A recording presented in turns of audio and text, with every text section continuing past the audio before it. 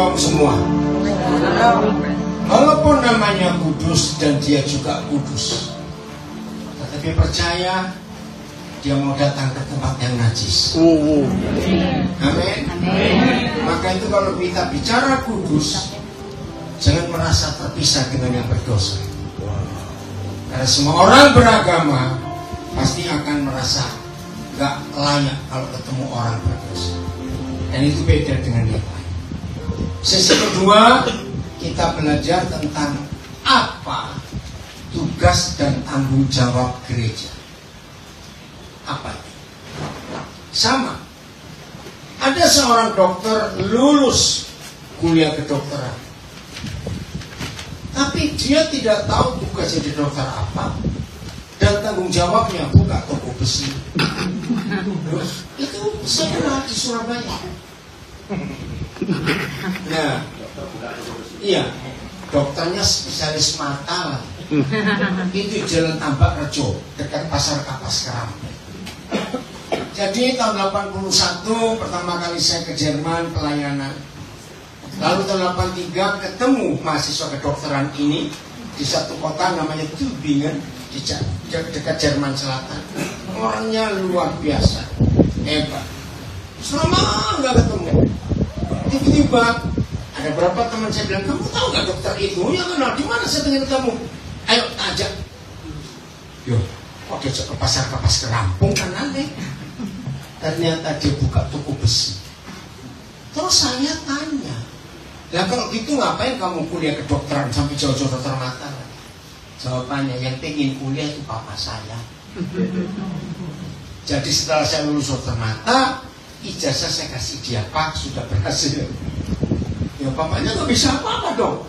Memang tanggung jawabnya bukan di situ. Dan dia sukses buka toko besi itu. Ngerti? Loh, saya tanya kau. Ketika gereja tidak tahu tugas dan tanggung jawabnya, setuju saya ngomong ini? Setuju.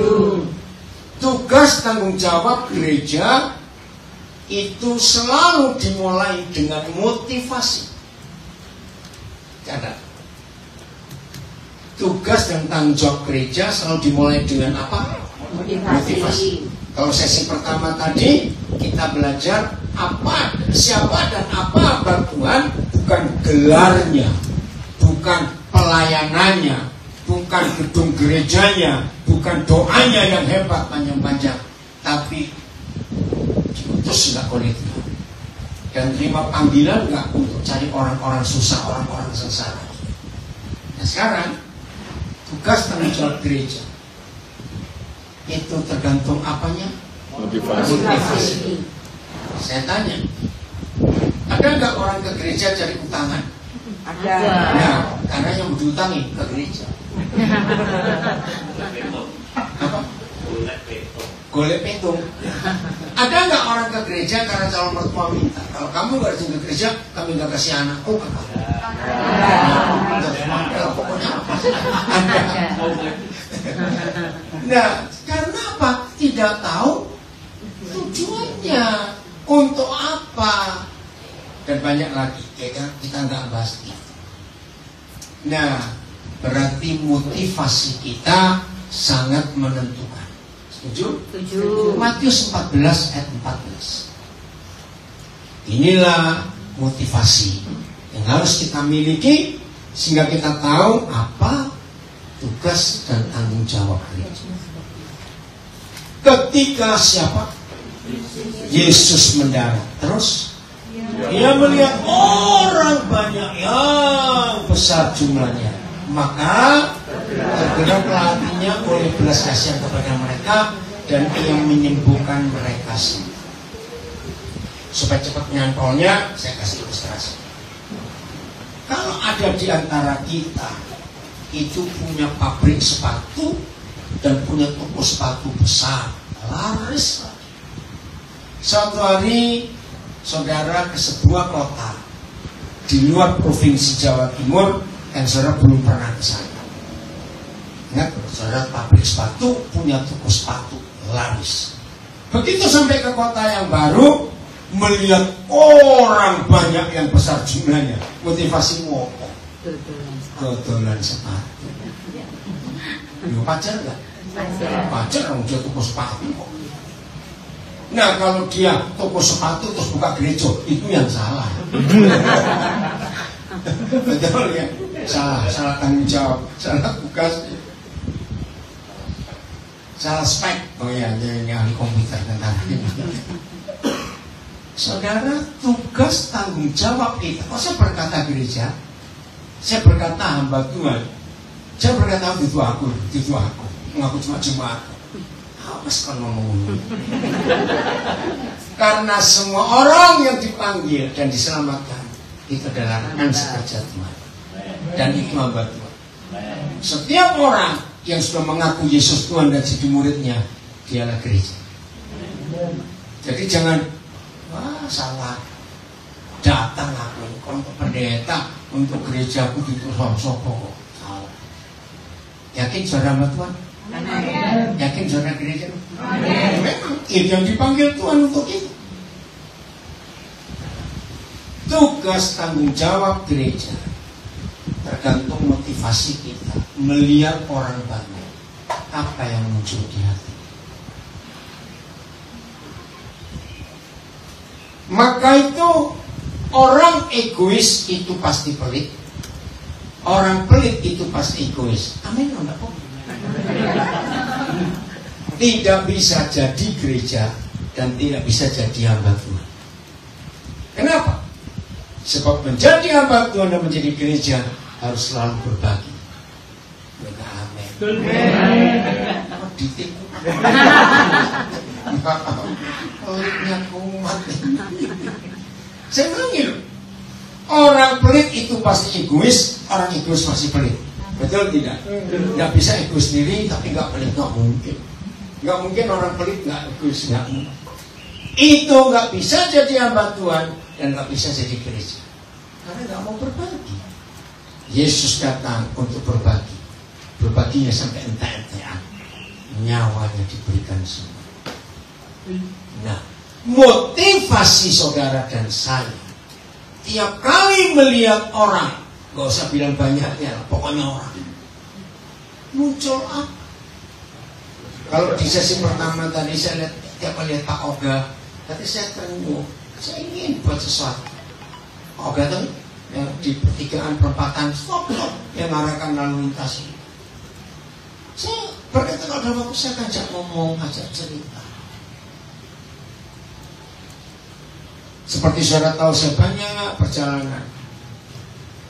Berapa banyak pembersih toilet umum yang di stasiun, terminal, di bandara, di mall, di mana. Kalau Roh Kudus gerakkan saya ajak bicara, saya akan cerita tentang kehidupan mereka, tentang kehidupan yang sesungguhnya. Sopir taksi, tukang parkir, itu jangkauan saya. Sampai begitu kuatnya firman ini memotivasi saya. Bagi yang belum tahu supaya tahu. Sampai hari ini saya tidak akan pernah mau beli mobil untuk pribadi. Jadi saya nggak punya mobil pribadi sampai hari ini. Kenapa saya senang naik angkot sampai kapanpun juga? Supaya saya ketemu banyak orang gitu. Dulu waktu kota-kota masih banyak becak, saya kalau khotbah dan begitu mau masuk gereja banyak tukang becak, saya selalu sapa. Saya terakhir itu khotbah di Madiun berapa tahun yang lalu di jalan apa Semeru atau di PDI itu ya.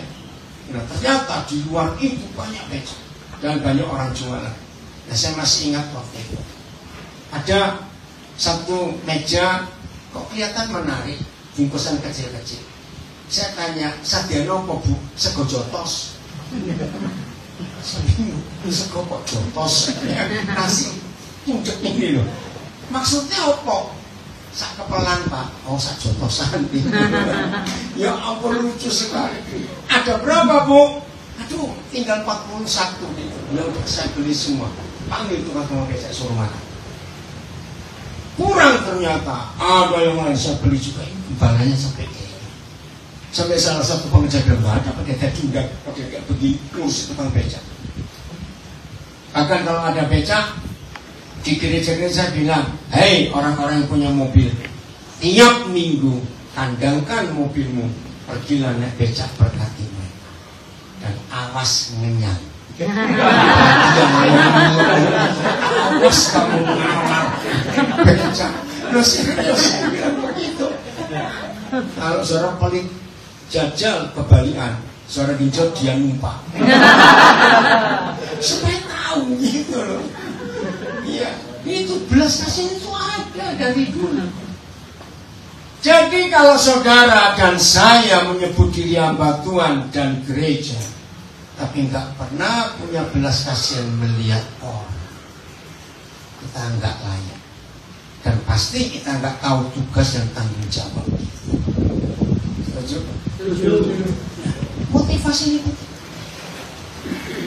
Terus lihat ayat 15.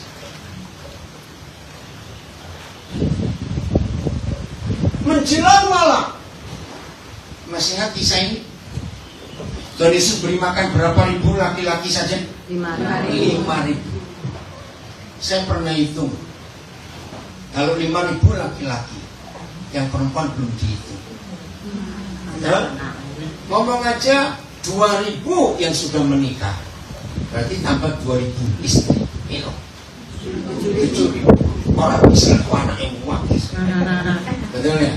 Ngomong 5 saja. 2.000 pasangan membawa satu pasang 5 anak. Ayo. 2.000 kali 5 terus bisa bikin duit uang 10.000. Jadi berapa tadi? Itulah saya. Belum yang tua-tua, belum anak-anak yang lain. Kira-kira 20.000 lebih, hampir 30.000 menjelang malam. Terus murid-muridnya datang kepadanya dan berkata, kalau Yesus saya tak wamplengi. Kenapa saya marah pada mereka? Mbak kira aku goblok, gak ngerti naik ke tempat ini sunyi dan harus keluar malam. Aku agak pijak. Kalau saya, untuk Yesus gak kayak saya. Terus terang tersinggung gak? Loh, saudara tahu gak ini sudah sunyi dan menjelang malam? Nah iya. Sekarang kita bongkar. Apa motivasi murid-murid ngomongin gurunya? Aliran. Bukan kaliran. Gak mau repot. Inilah orang pelit dan orang egois. Gak mau repot. Sebab mereka kenal gurunya ini murah hati. Pasti kompon mana. Pasti kita disuruh lagi.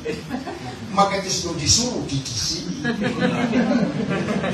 Hebatnya murid-murid itu. Apa? Kurang ajar. Suruhlah orang banyak itu pergi supaya mereka dapat membeli makanan di desa-desa. Jelas toh, nggak mau repot.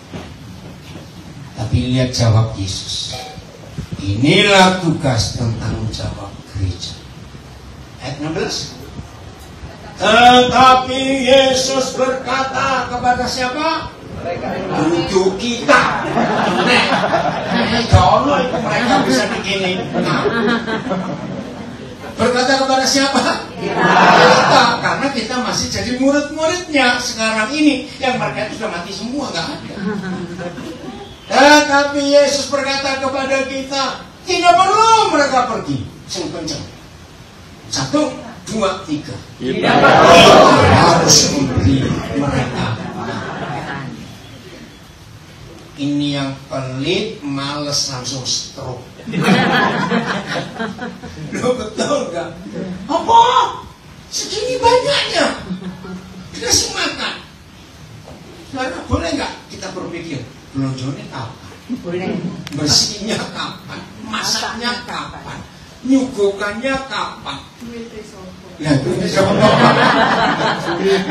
saudara, ini tugas dan tanggung jawab gereja. Beri mereka makan.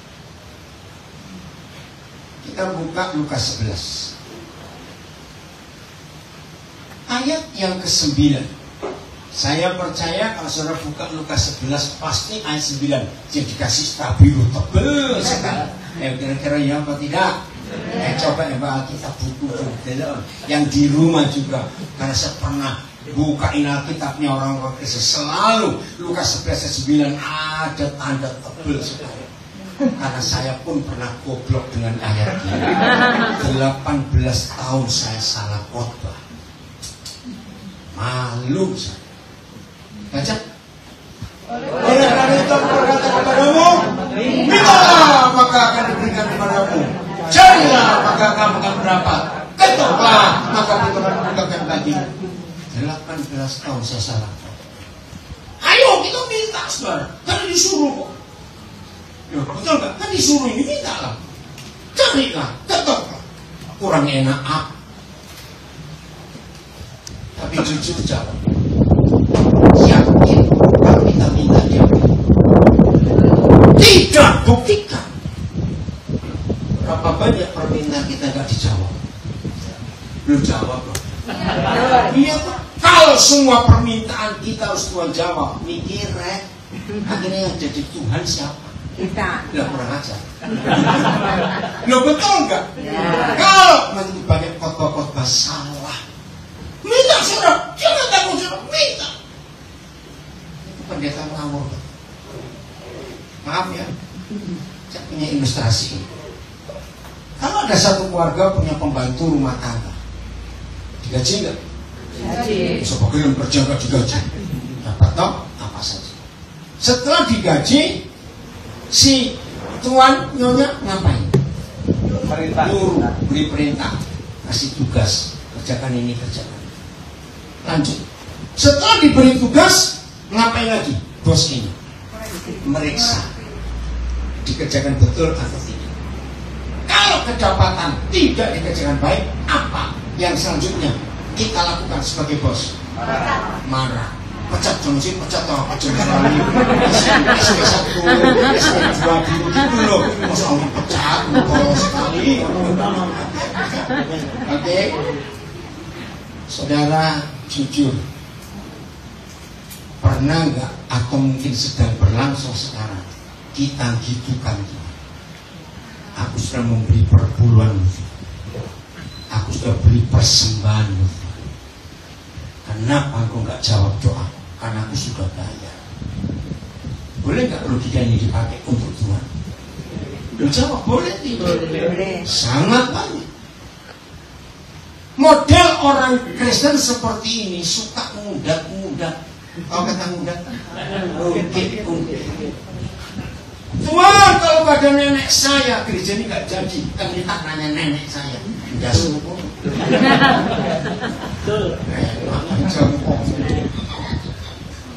Lo betul enggak?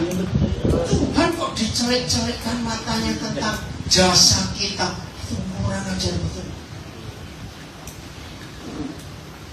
Jadi banyak yang salah tentang persembahan dan perpuluhan dengan motivasi kan sudah gaji Tuhan. Jadi wajib kerja dong kalau aku perintah. Maka itu saya tidak percaya. Lukas 11 ayat 9 selalu terjadi di hidup kita. Karena dia tetap Tuhan. Yang gak bisa kita perintah seenak udel kita. Tahu kata itu? Gak bisa. Ada peraturannya semua. Coba yang sering jadi membernya sesuatu, terus ada iklan, dapat bonus, dapat hadiah, pasti di kalimat terakhir ada tulisan syarat dan ketentuan berlaku. Ya apa tidak? Coba jawab. Nah seperti itu kita dengan Tuhan, enak aja. Mentang-mentang saudara, aku rajin doa loh Tuhan, pagi 7 jam, siang 4 jam, sore 2 jam, malam 8 jam. Kalau malah gak suka, itu orang malas. Kapan kerja nih? Terus. Betul, jangan bangga hamba Tuhan. Kalau di Jumatnya begitu, nanti kamu gak dapat wanita, enggak kerja Jumatmu. Doa kok. Betul? Ini kok motivasinya salah. Ternyata untuk ayat 9 ini jadi kenyataan Lukas 11. Perhatikan kalimat pertama, ada kata apa? Oleh karena. Nah, stop. Ngerti arti kalimat oleh karena itu? Bulan Juli 93 kira-kira, saya disadarkan kegoblokan saya oleh Tuhan Yesus. Pada saya kecil, jangan ikuti saya, itu saya dulu. Dalam pelayanan waktu itu kami sudah di Wamena, di Papua. Dalam pelayanan ada satu keperluan kami yang sangat butuh pokoknya. Saya sudah doa pakai ayat ini. Hampir 6 bulan tidak ada jawaban. Akhirnya saya kecewa, saya buka, jangan ditiru yang di rumah, Mas. Ini kurang ajar. Saya buka, waktu itu Alkitab kasih buku ya, belum ada HP, tahun 93. Saya buka Lukas 11 sendiri. Saya tunjuk, Tuhan baca sendiri. Lu kurang ajar nggak? Sangat, terima kasih. Kalau saya Tuhan gitu kan, apalagi irungnya ngadep. Betul nggak? Hidungnya saya balik lubangnya ke atas, seperti payung gitu. Ngupel ini malah. Pada ini tuh. Saya bertobat. Ketika dia bilang lembut, Daniel, kenapa kamu nggak perhatikan oleh karena apa? Sehingga aku jamin kalau kamu minta pasti aku beri. Kalau kamu cari pasti aku dapat. Pasti kamu dapat. Kalau kamu ketok pintu buka. Justru saya bertobat, malu. Berarti kalau ada kalimat oleh karena itu artinya ada syarat. Ada sesuatu yang kita harus kerjakan dulu. Oleh karena apa? Ini kalau kita tidak teliti baca Alkitab. Ingat dari sesi satu tadi yang baru kenal saya. Lihat perkata saya perhatikan itu kadang-kadang Matius 5 yang Yesus berkata, langit bumi segede itu misalnya, tapi satu titik dari firman-Ku nggak akan berlalu sebelum semuanya terjadi. Nah sejak hari itu sampai hari ini kalau saya baca Alkitab, istilah Jawa tak petani, bahasa Indonesia diteliti, dikuliti, dibongkar. Ternyata ada satu alasan. Oleh karena apa? Yang kita minta pasti diberi, yang kita cari pasti dapat. Kalau kita ketuk pintu surga Tuhan buka. Ayo kita baca mulai ayat 5. Oleh karena apanya ternyata ada di ayat 5. Lalu kata Yesus kepada mereka, oleh karena ini, baca. Jika seorang di antara kamu, jadi kita ya, kapan? Pada tengah malam pergi ke rumah seorang sahabatnya yang punya pabrik roti maksudnya, dan berkata kepadanya, saudara, pinjamkanlah kepadaku 3 roti. Ganjil, kok gak 5 atau 10? Iya, tapi ini mikir, cara mikir, kok cuma 3? Terus yang buat saya bertobat, pinjam itu beda dengan minta. Lu cepet aja. Ya. Dia nggak bilang minta, pinjam. Kenapa ada di antara kita tengah malam pergi ke rumah teman kita yang punya pabrik roti? Terus ayat 6. Sebab seorang sahabatku yang sedang berada dalam perjalanan singgah ke rumahku, dan apesnya aku tidak punya apa-apa untuk dihidangkan kepadanya. Nah, saya pakai contoh Kediri, saya nggak tahu ini arahnya.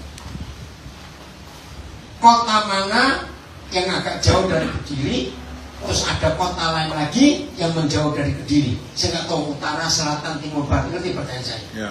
Mana? Kota mana? Tulungagung. Blitar itu kemana? Keluar Kediri atau keluar? Ini banyak yang lewat itu.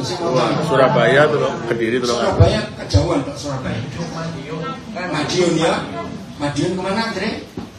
Kiri. Solo. Ini Kediri tengah-tengah. Ada yang sini satu dan ada dari orang-orang dari kota ini mau ke kota itu mesti lewat Kediri loh. Apa ya itu? Jombang Tulungagung. Jombang Tulungagung. Blitar begitu ya. Nah, suatu hari ada sahabat kita sekeluarga pergi dari kota A mau ke kota B.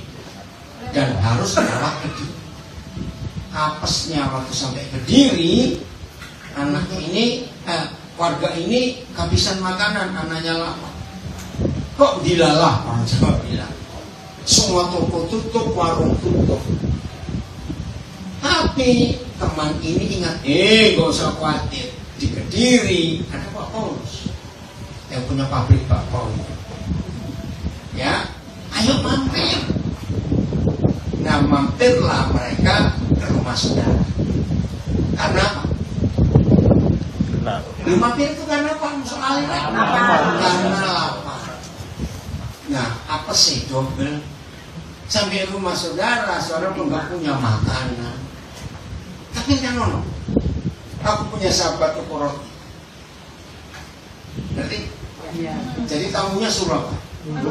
Tunggu. Ayat 7. Berangkatlah Pak Paulus ke toko roti. Sahabat. Masakan ia yang di dalam rumah itu akan menjawab, jangan ganggu aku. Pintu sudah tertutup dan aku serta anak-anakku sudah tidur. Aku tidak dapat bangun dan memberikannya kepadamu, Paulus. Nah, ayat 8 ada terjemahan yang sangat tidak tepat. Maka itu kita seringkali bacanya kurang ngerti. Ayat 8. Siapa yang berkata? Tuhan Yesus menjelaskan. Antara Pak Paulus dengan yang punya roti, ini bocok tambang, ini bersahabat baik. Ya. Nah, sekalipun ia tidak mau bangun, ianya siapa? Wih, pintar. Sekalipun Bambang yang punya roti ngapain? Tidak mau bangun dan memberikannya kepada Pak Paulus. Tapi dua orang ini bersahabat. Nah, dua-dua potong dua beli. Ketika Paulus ketok-ketok, Bambang nyaut, ketoklah sampai luka tanganmu. Aku gak akan bangun dan aku percaya kamu gak akan marah sebab kamu koncoku. Nah, Paulus potong dua beli. Tadi siapa sama dia? Bambang sih ya. Nah, Paulus potong dua beli. Ngomonglah sampai dower lambimu gak mau bukain pintu. Aku tetap ngetok. Aku tahu kamu gak akan marah karena kamu sabar. Ngerti? Dan namun karena sikapnya yang tidak malu. Ini siapa? Paulus. Pak bukan siapa? Si J, Pak. Paulus. Saya nangis. Sering kali kita gedor-gedor pintu surga dengan tidak tahu malu. Betul? Ngoyak lagi. Tuhan tolong, masa Tuhan lupa jenis jasa saya untuk gereja ini, jasa saya untuk ini, Tuhan. Lihat per bulan saya seringkali lebih-lebih, bukan cuma 10%. Maaf. Sering gak ungkit-ungkit itu? Sering. Bukan begitu. Pak Paulus gedor-gedor pintu surga dengan sikap tidak tahu malu. Itu minta untuk siapa? Untuk sahabatnya. Orang lain. Bukan untuk dirinya dan keluarga. Ini bisa bertobat. Ia akan bangun. Siapa yang ia? Bambang. Pintar semua. Bambang bangun juga dan memberikan kepada Paulus apa yang diperlukan. Oleh karena itu. Lu ngerti gak? Jadi Lukas 11 ayat 9 untuk siapa? Untuk orang lain. Untuk keluarga kita. Setelah Roh Kudus templak saya ini, saya bilang, Tuhan, kalau Tuhan memungkinkan mengingatkan saya 18 tahun saya khotbah di gereja mana aku mau balik, Tuhan, untuk menyatakan aku salah. Sekarang lihat, ini luar biasa. Jadi gak ada jaminan kita minta untuk kepentingan keluarga kita. Pasti ada yang tanya, lah untuk kita gimana? Nah itu mau ditipu. Percayalah kalau hidup kita berkenan kepada Tuhan. Kau tahu nggak yang kita perlukan? Oke ya. Orang Kediri ngomong apa itu loh? Kanvas tahu? Sales yang keliling-keliling. Ya tahu apa sama ya? Nah kami di Papua sering datang orang kanvas sales itu ya, karena bawa barang dari Jawa ke sana. Saya tanya, kanvas saja, orang keliling-keliling saja, tanggung jawabnya penuh nggak yang ngutus dia? Lo cepetan.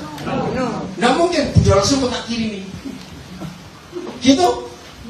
Enggak. Transport, makan, akomodasi semua.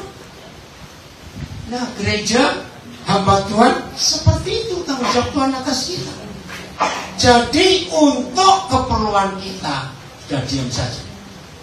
Dia bertanggung jawab. Tugas tanggung jawab kita adalah untuk orang-orang yang masih lapar di sekitar. Oleh karena itu, mintalah pasti diberi.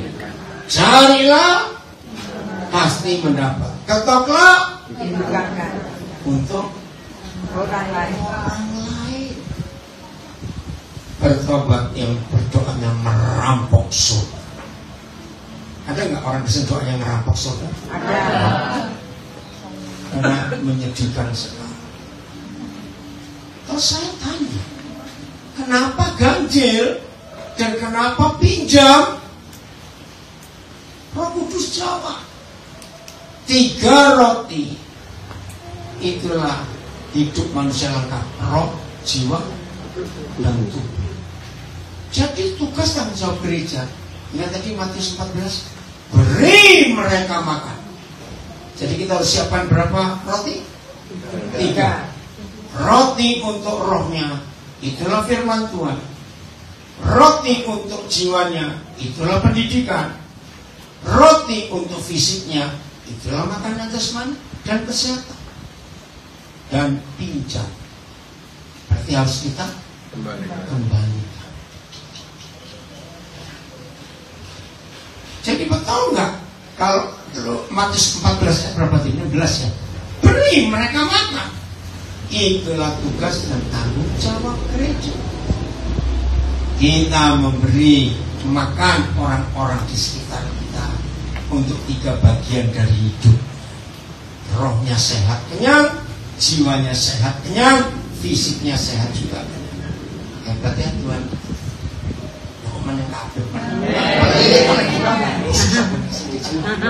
Nah, harus beri mereka makan. Harus. Itu luar biasa. Saudara, ini yang Tuhan minta. Sebagai gereja, kita memperhatikan orang-orang yang ada di sekitar. Wahyu 21 ayat 3. Wahyu 21 ayat 3. Lalu aku mendengar suara yang nyaring dari takhta itu berkata, kalau nyaring bagaimana intonasinya? Tinggi. Ayo, lihatlah! Malah kenceng itu sana begitu. Suruh lihat apa? Boleh nggak saya ganti gereja Tuhan? Lihatlah, gerejaku ada di mana? Di tengah-tengah manusia. Coba berikan kepada saya kalimat lain di tengah-tengah. Di antara kurang nyate, kurang nyaul. Di dalam bersama tinggal bersama manusia. Dan Yahweh Tuhan akan pindah dari surga ke dunia. Ternyata menurut ayat ini, Tuhan itu nggak betah di surga, dia kesepian di sana. Loh ya atau tidak? Pengennya dia di mana? Kumpul kita. Maka itu yang pengen mati kecilin lo nanti. Saudara Prono Tuhan kecilin nanti. Ya, jangan mati dulu pecel si enak. Amin. Jadi ini firman sangat luar biasa. Batuan itu ternyata agak kerasan di surga, ingin pindah tinggal kumpul kita. Sebab bagi Tuhan kita ini lucu-lucu.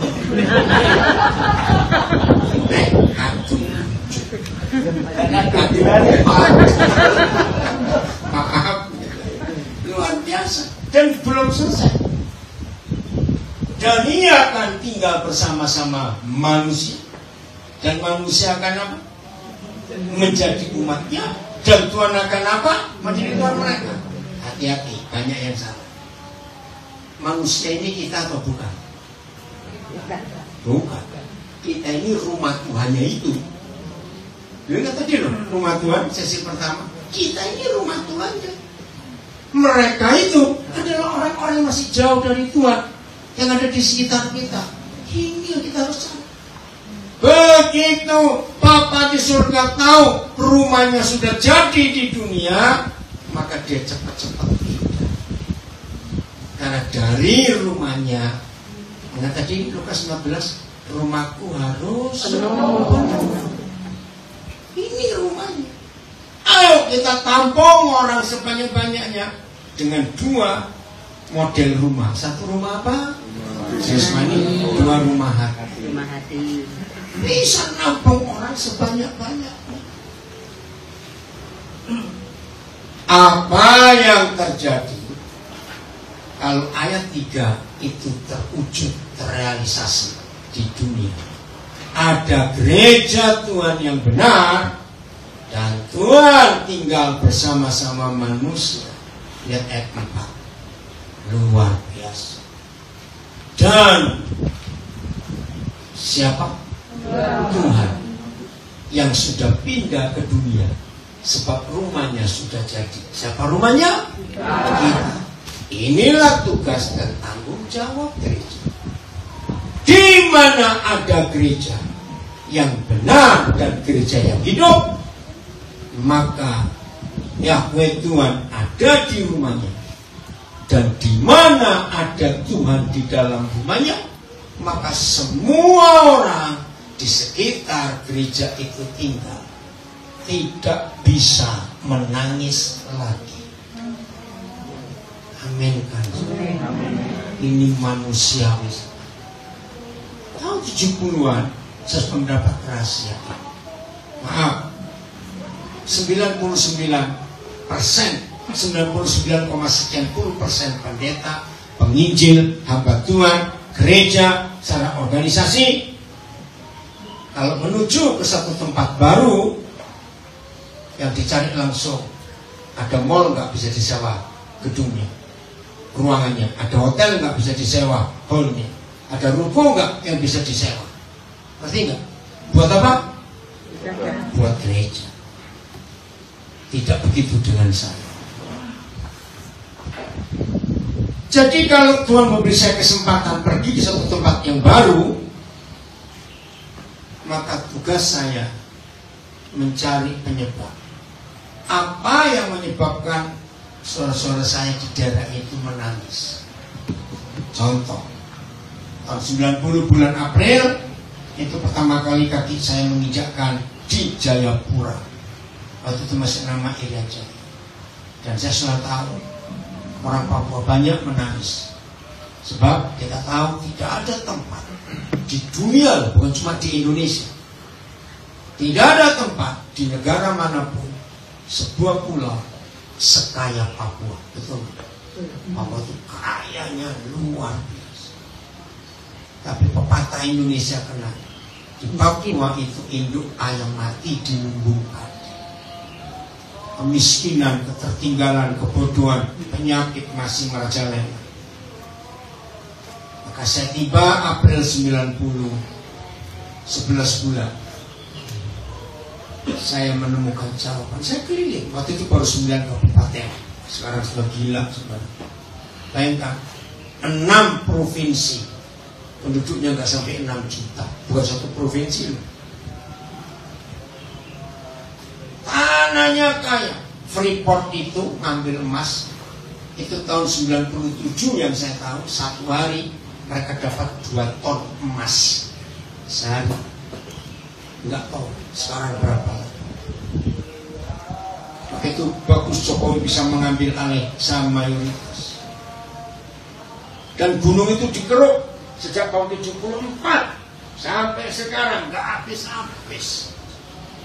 Nggak macam uraniumnya, sudahlah nikelnya, tembaganya, semua. Minyaknya, mereka menderita. Kenapa? Akhirnya 11 bulan saya menemukan penyebab mereka menangis. Maka saya hadir sebagai gereja untuk menghapus air mata mereka. Ternyata mereka tidak punya sistem pendidikan yang membuat mereka mampu menjadi tuan di tanah mereka sendiri. Maka saya tidak buka gereja, tapi saya buka sekolah yang cocok untuk mereka. Bisa punya bayangan? Jadi kemanapun saudara pergi sebagai rekan sekerja Yesus, walaupun saudara tidak berpangkat pendeta atau gembala atau majelis, pokoknya secara organisasi gereja saudara tidak punya jabatan apa-apa, tapi tetap saudara adalah rekan sekerja Yesus hamba Tuhan. Kemanapun saudara pergi. Jadi malam kami ada persekutuan di rumahnya Pak Andre di Sukorejo, Surabaya. Yang kami bahas adalah melayani tukang-tukang becak. Saudara, pernah ada penelitian dari seorang calon dokter spesialis ginjal yang ada di UNER, Universitas Airlangga Surabaya. Kaget saya dapat penelitian itu. Waktu itu ya, sudah cukup lama. Rata-rata usia tukang becak di Surabaya, rata-rata itu 35 tahun sampai 38 tahun mereka meninggal. Pendek enggak usia? Pendek. Kenapa? 2 penyakit mereka. 1, paru-paru hancur. Mereka genjot. Apa yang masuk? Asap polusi. Genjot. Ginjalnya jebol. Nah, tahun 80-an saya sudah punya pelayanan untuk mereka. Zaman itu belum ada air dalam botol, harus merebus dari rumah. Ingat tahun 80-an? Mahal, kalau todong mahal, nggak kebeli lah. Bahkan zaman itu banyak orang-orang tua bilang, lu ngapain hari minum kok beli, merebus bisa. Ingat zaman dulu. Nah, saya sediakan mereka air minum pakai botol Orson. Waktu itu nggak ada botol plastik. Saya bilang kalau kamu haus, gak usah lari ke rumahmu. Itu ada rumah. Saya tinggal di Jalan Musi nomor 38, daerah Indragiri. Dapat pinjaman dari seorang anak tua. Ambil air minum di situ, saya sediakan. Kalau jauh, pakai botol itu. Saya sediakan vitamin C, vitamin B. Zaman itu belum sehebat sekarang. Obat-obatan masih buatan Ipin waktu itu masih kecil-kecil lagi ya, kayaknya. Jadi aku beli itu sekali banyak, sekali nomor 10 itu cuma berapa miligram. Aduh, mereka senang. Dan saya nggak cuma melayani mereka, istri-istri mereka kita jangkau juga, kasih penyuluhan gimana cara gunakan uang. Zaman itu sudah mulai banyak kredit naik sepeda keliling kampung, masih ingat? Jualan macam-macam. Dan di sini banyak hancur keluarga tukang becak karena istrinya kredit, apa beli kredit. Nah gajinya, hasilnya berapa? Cuma becak saja. Nah itu kalau di Kediri masih ada becak, berarti kan nasib mereka. Gak bakal ada juga, sudah susah begitu. Ini tukang becak punya perempuan lain. Nah ketemu sebabnya. Bagaimana Pak nggak stres, kerja sudah panas-panas, dapat duit nggak ngejanji, sampai rumah diomali terus. Ini ketemu ada perempuan kok baik hati. Nah udah. Lu wajar nggak seperti itu? Nah, terus ngurus anak-anak mereka, kasihan loh. Tidak sedikit anak-anak tukang becak menyesal. Kenapa kami nggak punya orang tua kayak orang tua teman kami yang kaya? Di situ kami ajari anak-anaknya untuk hidup yang benar dan macam-macam. Yang itu kita harus urus. Terlalu sedikit bagimu kalau engkau hanya jadi hambaku, hanya untuk ngurus apa? Yang sudah Kristen. Cari yang belum. Ini cara kita ngurus mereka. Kemanapun saudara dan saya pergi, tugas tanggung jawab kita, hapuskan air mata orang yang kita jumpai. Amin. Sangat manusiawi bukan? Buat mereka nggak menangis lagi. Menangisnya karena apa? Itu kita cari. Setuju? Ya setuju, karena itu memang tugas tanggung jawab kita. Jadi memberi makan, menolong. Kembalikan lagi Yesaya 61 tadi. Aduh, luar biasa betul yang Tuhan kerjakan atas kita. Kembali Matius 14 ayat 17 dan 18 sekarang saya lupa tadi ya. Jadi gak ada air mata, gak ada kematian. Oh, kok satu sambungan. Matius 14 ayat berapa tadi? Oh, yang 17 ya, 16. Jawab mereka, yang ada pada kami di sini hanya 5 roti dan 2 ikan. Percaya bukan ikan hiu tapi tai. Karena yang bawa kan anak kecil, dikatakan oleh Andreas yang menemukan itu. Terus ayat 18. Yesus berkata, apa? Ayo, kira-kira kalau kita salah satu murid Yesus yang bawa 5 roti 2 ikan, ngomel kita di mana? Di opo? Nah, di opo? Berasa opel ini kok. Untuk apa? Barang sedikit yang makan 5.000 laki-laki. Bayangkan, laki-laki yang makan buah ya. Ada perempuan juga makannya kaya. Maaf. Masih kok, aduh gue sih menang. Saudara bawa kemari. Apa yang Yesus buat? Ayat 19. Lalu disuruhnya orang banyak itu duduk di rumput. Dan setelah diambilnya 5 roti 2 ikan itu, Yesus menghadap ke langit dan mengucap berkat, mengucap syukur. Biasakan ini. Hukum mengucap syukur. Dapat berapapun, jangan ngomel, ucapkan syukur. Kalau toko saudara sepi, bersyukur. Ini waktunya aku bersekutu dengan Tuhan, baca Alkitab. Oh enggak, amin. Amin. Nek laris terus bungkuk kon. Betul enggak? Ada waktunya istirahat. Setuju? Toko sepi itu.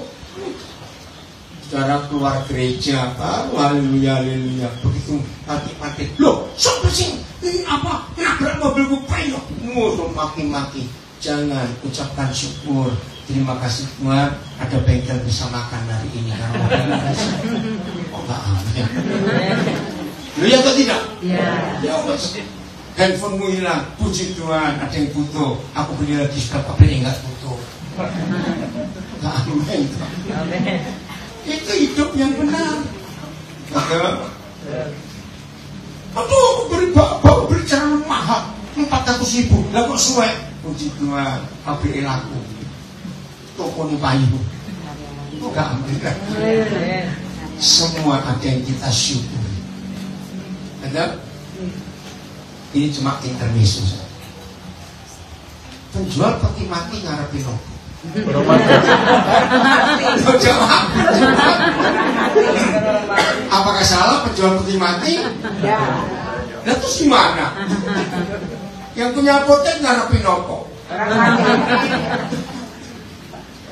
Itulah hidup. Maka itu ada banyak hal tidak punya alasan mengucap syukur. Oh, amin. Polisi ngarepin apa? Orang langgar. Oke. Ternyata satu-satunya kelompok yang paling mengharapkan kita baik, tidur nyenyak, kaya itu cuma maling dan perampok. Tidur nyenyak ya. Nah inilah kehidupan. Kita nggak bisa menghindar dari semua itu, betul tidak? Maka orang jangan jawab Yowis. Tahu kata Yowis? Terima. Ya sudah, mengucap syukur saja. 5.000 laki-laki, bahannya cuma 5 roti 2 ikan. Kita bilang nyelilit. Tahu kata selilitan? Makan cuma bikin kotor gigi, nggak sampai perut, hilang di mulut. Tapi Tuhan Yesus luar biasa. Lalu membagi-bagikannya kepada orang banyak.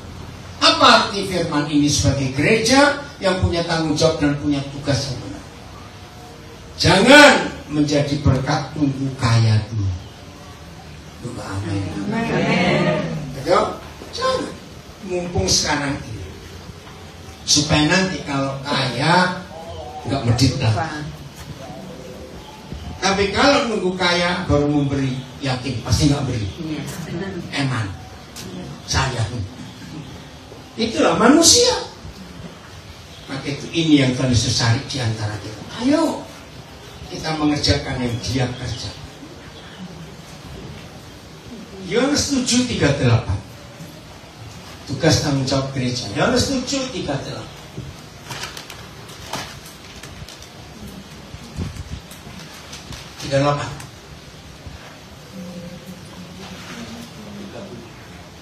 Yohanes 7. Ya. Baca sama-sama. 1, 2, 3. Barang siapa percaya kepadaku, seperti yang dikatakan oleh kitab suci, dan dalamnya akan mengalir aliran air. Dalam Injil Yohanes hanya ada 2 ayat, dan bahkan dalam seluruh perjanjian baru hanya ada 2 ayat yang memberitahu kita apa itu definisi orang percaya. Yang pertama ayat ini. Barang siapa percaya kepada Yesus. Kita percaya Dia tidak? Dia enggak lapar di sini. Dan kalau saudara dan saya percaya, maka kriterianya harus dalam hatinya mengalir aliran air. Dalam hatinya mengalir aliran air itu. Nah, itu di Surabaya ada nama Jalan Banyuurip. Saudara, air hidup. Apa lawan katanya air hidup? Air got, air mampet tidak mengalir. Ayo kita jawab. Manusia secara umum kalau suruh milih dalam keadaan darurat, minum atau makan? Minum. Karena 70% lebih hidup ini, tubuh ini terdiri dari air. Jadi kalau Tuhan Yesus berkata, barang siapa percaya kepada, seperti yang dikatakan kitab suci. Jadi harus percayanya lengkap, nggak tanggung-tanggung, nggak separuh-separuh hanya karena percaya doktrin, nggak bisa. Maka ciri-cirinya, tanda-tandanya dari hati kita keluar apa? Aliran air hidup ini luar biasa. Jadi orang hidup itu jauh lebih butuh air daripada orang mati. Daripada makan. Orang mati aja butuh mandi. Betul nggak? Jadi butuh air. Apalagi yang hidup. Apalagi panasnya kayak begini. Dalam teori air, lihat PDAM atau mana saja, air itu ngitungnya berapa liter per detik. Betul ya? Ini luar biasa. Herman, ini kalau dihitung yang datang berapa orang? Yang belanja 50 ya. Misalnya 50 orang di antara kita masing-masing mengeluarkan 5 liter air hidup per detik. Berarti 1 menit akan ada berapa liter? Kalau 50 kali 5 detik, 5 liter kali 60, 1 orang. Kali 50 lebih deh. 360 kali 50 piro? Bukan kalkulatormu uangnya direk dong. 18.000. 15.000 liter. 18.000. Oh, 18.000 liter. 1 jam. Kali 60 kan? 1.080.000. 1.080 liter. Hanya 50 orang. Kediri banjir. Banjir benar. Maka dunia gak akan kehausan lagi. Karena ada gereja yang percaya Yesus seperti yang dikatakan kitab suci. Ini cara kita. Maka kemanapun kita pergi, tidak ada lagi orang kehausan, karena ada aliran-aliran air hidup. Jadi sekarang tahu apa tugas tanggung jawab gereja? Memberkati banyak orang. Bukan malah minta berkat. Bukan malah minta berkat. Yohanes 14 ayat 12. Ini ayat kedua tentang definisi orang percaya. Yohanes 14 ayat 12. Baca 1, 2, 3. Aku berkata kepadamu, sesungguhnya barang siapa percaya kepadaku, ia akan melakukan juga. ianya siapa di sini? Bukan aku, kita. Kalau saudara dan saya percaya Yesus, maka kita akan melakukan Pekerjaan juga pekerjaan yang Yesus lakukan. Stop.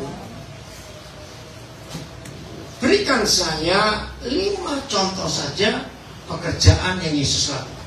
Cepat, 5. Menyembuhkan orang sakit, membangkitkan orang mati, memberi makan. Satu lagi, ya pasti moto bro. Buat mujizat, ya melepaskan orang. Oke, sudah. Ayo, tanyakan pada diri sendiri. Kalau saudara dan saya sudah percaya Yesus, dari yang kita sebut, berapa yang sudah kita lakukan? Karena dia berkata, kalau kamu percaya kepadaku, maka kamu juga akan melakukan juga pekerjaan yang aku lakukan. Kalau saudara tahu Tuhan Yesus pekerjaan yang memberi orang makan, dan saudara tidak lakukan, pasti saudara makan orang. Ya, betul nggak? Ya. Kalau Tuhan Yesus sudah percaya dia membangkitkan orang mati dan saudara nggak lakukan, saudara mati ini orang hidup. Kalau Tuhan Yesus menyembuhkan orang sakit dan kita nggak lakukan, maka kita menyakiti orang sehat. Wali NKB. Dan itu kegagalan kita. Tiap kali mulai hari ini, yang di rumah juga ngikuti, saudara tahu inilah pekerjaan Yesus. Langsung mikir, aku sampai di mana? Dan nggak cukup di situ. Kalau saudara dan saya sudah melakukan juga hal-hal yang dia lakukan yang kita tahu,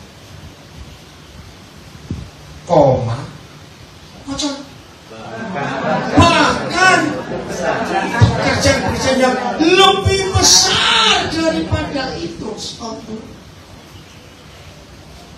Orang Surabaya bilang, wih. Orang Madiun bilang apa? Wih. Lu. Peh. Saudara ini, ayo kita jujur. Gereja sudah melakukan ini belum? Karena kita sibuk ke dalam. Salah satu diskusi lagi tadi kami berenam di mobil. Ternyata gereja itu dari kita untuk kita. Iya atau tidak? Mumpung ya di situ. Ya. Sampai tetangga-tetangga gak pernah kebagian. Ya. Karena kita harus keluar. Maka itu saya nggak suka orang sekolah teologi. Nah, lu. Kenapa? Anak-anak muda harus kamu sekolah teologi. Karena semua orang yang punya gelar embel-embel teologi itu nggak bisa ada di dunia. Harus masuk ke gereja. Ya, Ya. lalu apa melayani Yesus yang dilayani? Akhirnya, kalau kita terang dunia yang harusnya berfungsi di tempat yang gelap, tapi ngumpul terang dengan terang, maka terjadi senter-senter, sorot-sorotan.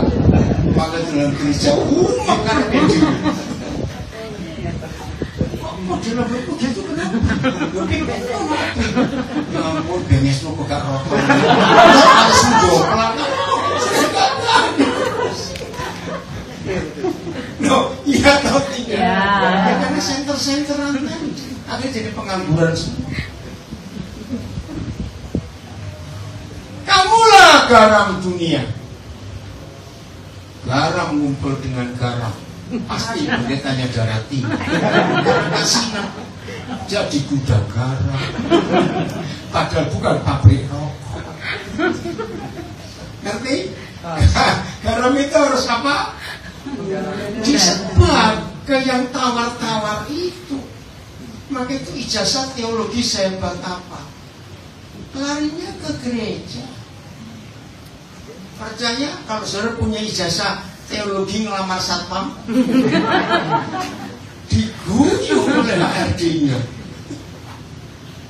Punya ijazah teologi ngelamar PLN, lo ngerti gak ilustrasi ini? Nah, orang yang punya gelar teologi gak bisa menggenapi firman Tuhan. Pergilah kamu ke seluruh dunia, karena baliknya ke gereja lagi.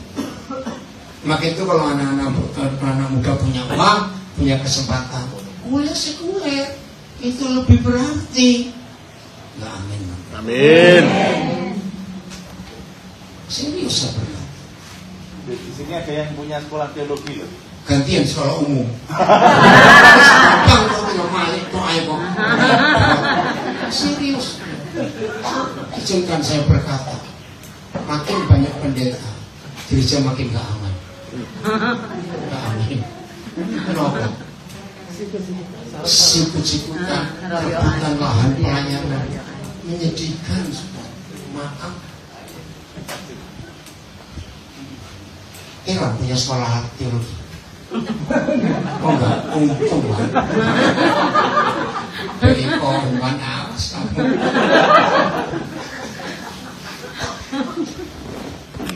Saudara, Tuhan berkata jadi garam dunia, terang dunia. Setuju. Injil, kalau kita baca 4 Injil Matius, Markus, dan Yohanes, itu Tuhan bagi dengan 4 benda. 1, Injil itu air hidup. 2, Injil itu terang dunia. 3, Injil itu garam dunia. 4, Injil itu kasih.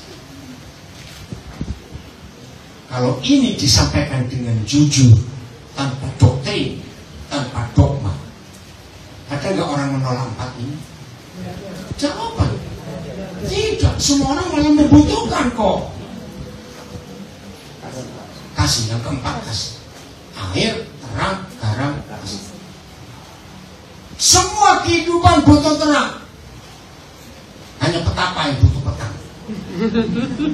Kenapa orang bertapa mau gelap? Ya betul supaya kita masih gelap. Saudara, ini loh Injil itu. Izinkan saya berkata, bersyukur sampai hari ini 52 tahun saya sudah menginjil, belum pernah saya ditolak. Karena saya nggak bawa agama, saya nggak bawa doktrin. Kalau saya ketemu orang gaus, saya akan tawari air. Saya ketemu orang dalam kebingungan, kegelapan jalan, saya tawarkan terang. Orang merasa hambar hidupnya kok gak ada rasa, saya tawarkan terang. Orang hidupnya penuh kepahitan, kemarahan, ditolak, saya tawarkan kasih. Pasti diterima nggak? Pasti. Pasti. Kenapa? Menjawab kebutuhan.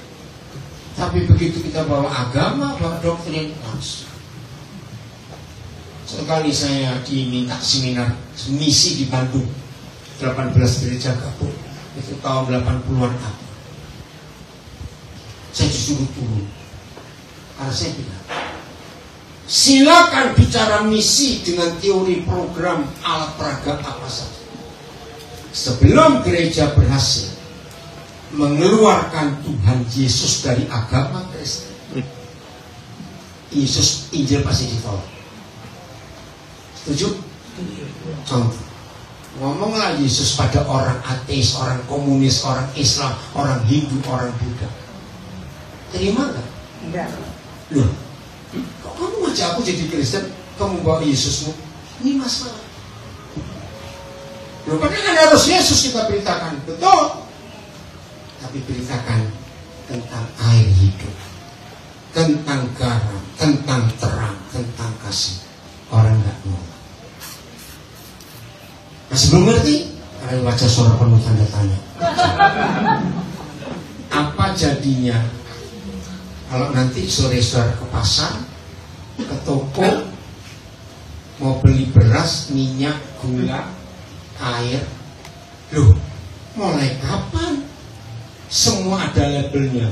Beras Kristen, gula Hindu, minyak goreng Buddha. Kita milih yang mana? Yang cocok. Loh, ya atau tidak? Itu jahatnya agama. Yesus menderita kedua kali karena teologi mengkristenkan dia dan orang menolak. Jawab, betul atau salah? Jadi ini sumber masalah besar.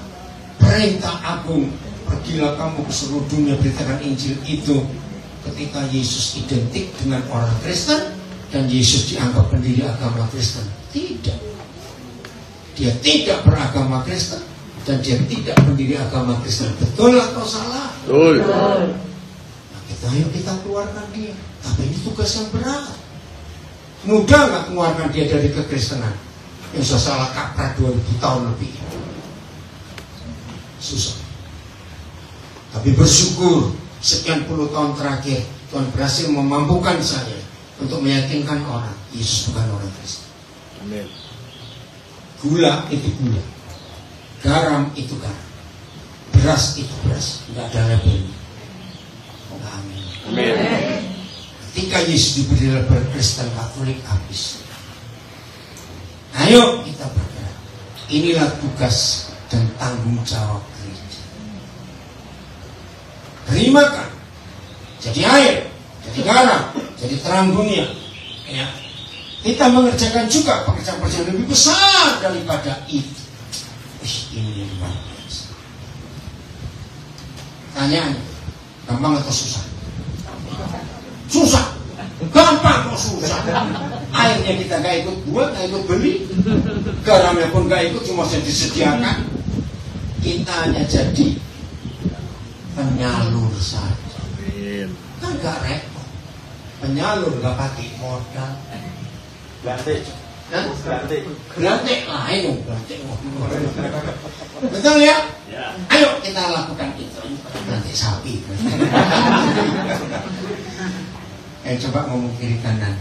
Ngomong gereja punya tugas tanggung jawab. Haleluya. Buat tepuk tangan buat diri sendiri. Haleluya sekali.